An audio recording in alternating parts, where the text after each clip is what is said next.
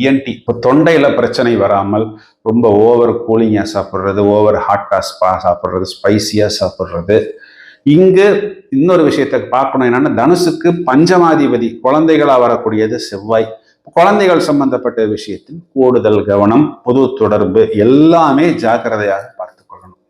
சரி, அதாவது ராசிக்கு குரு பார்வையும் 3ஆம் இடத்துக்கு குரு பார்வையும் வந்துருச்சுன்னு விட்டுருவோம்.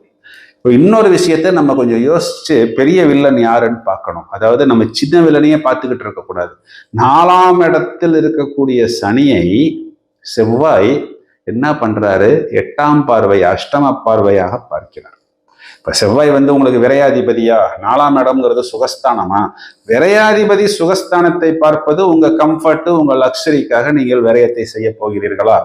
அப்போ இங்கு சனி என்பவர் இங்கு 3ஆம் வீட்டுக்கு அதிபதியா? அப்போ உங்க சகோதரர்கள் சம்பந்தப்பட்ட விஷயத்துல உங்களுக்கு விரயம், சரி பரவாயில்ல, அது சுப விரயம் அப்படின்னு நம்ம எடுத்துட்டு போயிடலாம்.